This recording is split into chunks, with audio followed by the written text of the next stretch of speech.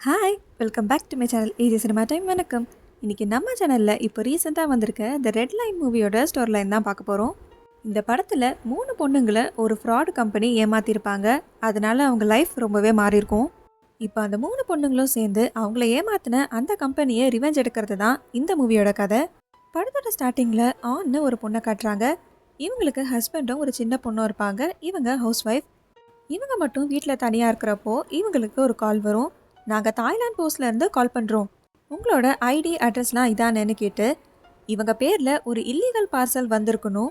அதில் 18 பேங்க் அக்கௌண்ட்ஸோட பாஸ்புக்கும் ஒரு மொபைல் ஃபோனும் அதோட நிறைய சிம் கார்ட்ஸும் இருக்குன்னு சொல்லுவாங்க.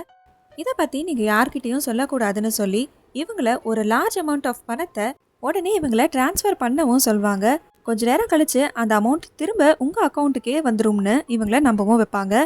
இவங்களும் அவங்க சொன்னதை நம்பி அந்த பணத்தை டிரான்ஸ்ஃபரும் பண்ணுவாங்க. ஆனால் அது ஒரு ஃப்ராட் கம்பெனி. இந்த மாதிரி நிறைய பேருக்கு கால் பண்ணி அவங்க ஏமாத்தியும் இருப்பாங்க. இப்போ இவங்க அவங்க ஹஸ்பண்டோட போய் போலீஸில் ஒரு கம்ப்ளைண்ட்டும் பண்ணுறாங்க. இவங்க இப்படி ஏமாந்ததை நினச்சி அவங்களோட நார்மல் லைஃப்பில் கான்சென்ட்ரேட் பண்ண முடியாமல் ரொம்பவே டிஸ்டர்ப் ஆயிருப்பாங்க. அதனால இப்போது அவங்க ஹஸ்பண்டுக்கு தெரியாமல் தெரப்பிக்கும் போக ஆரம்பிச்சிருப்பாங்க. அங்கே தான் இதே மாதிரி அந்த கம்பெனிக்கிட்ட ஏமாந்த இன்னும் 2 பொண்ணுங்களை இவங்க மீட் பண்ணுவாங்க. ஒருத்தங்க ஃபிசியோதெரபிஸ்ட், இன்னொரு பொண்ணோட பாட்டி தான் அந்த கம்பெனிக்கிட்ட ஏமாந்துருப்பாங்க. இவங்க 3 பேரையும் ஏமாத்துனது ஒரே ஆள்னு தெரிஞ்ச அப்புறம் இவங்க லைஃப்பில் இழந்த பணத்தை திரும்ப வாங்கவும் அவங்க லைஃப்பை நார்மலாக வாழவும் ரிவெஞ்ச் எடுத்து அந்த பணத்தை அந்த கம்பெனிக்கிட்ட இருந்து திருப்பி எடுக்கணும்னு இவங்க 3 பேரும் சேர்ந்து ஒரு பிளான் பண்ணுறாங்க. அந்த கம்பெனி எங்கே இருக்குன்னு ஒரு பையனோட ஹெல்ப் மூலியமாக தெரிஞ்சுக்கிட்டு அந்த கம்பெனிக்கு மேலே இவங்க ஒரு ஆஃபீஸை ஓப்பன் பண்ணி அந்த கம்பெனி டெய்லி எப்படி ஒர்க் ஆகுது, அங்கே யாரெல்லாம் ஒர்க் பண்ணுறா, அங்கே வர பணத்தை எங்கே சேவ் பண்ணுறாங்கன்னு எல்லா விஷயத்தையும் தொடர்ந்து கண்காணிச்சுட்டே வராங்க. ஆனால் இவங்களாம் நினைக்கிறத விட அந்த கம்பெனியை நடத்துகிறவங்க ரொம்பவே மோசமானவங்க.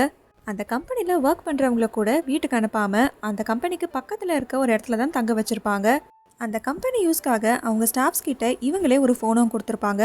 ஆனால் அந்த ஃபோனை அந்த கம்பெனிக்காக மட்டும் தான் யூஸ் பண்ணணும்.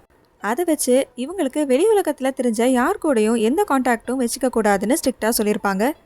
இப்படி எல்லா விஷயத்துலையும் ரொம்பவே கவனமாக இருக்குது. அந்த கம்பெனிக்கிட்ட இருந்து இந்த 3 பொண்ணுங்களும் அவங்களோட பணத்தை திருப்பி எடுத்தாங்களா இல்லையா அப்படிங்கிறது தான் இந்த மூவியோட கதை.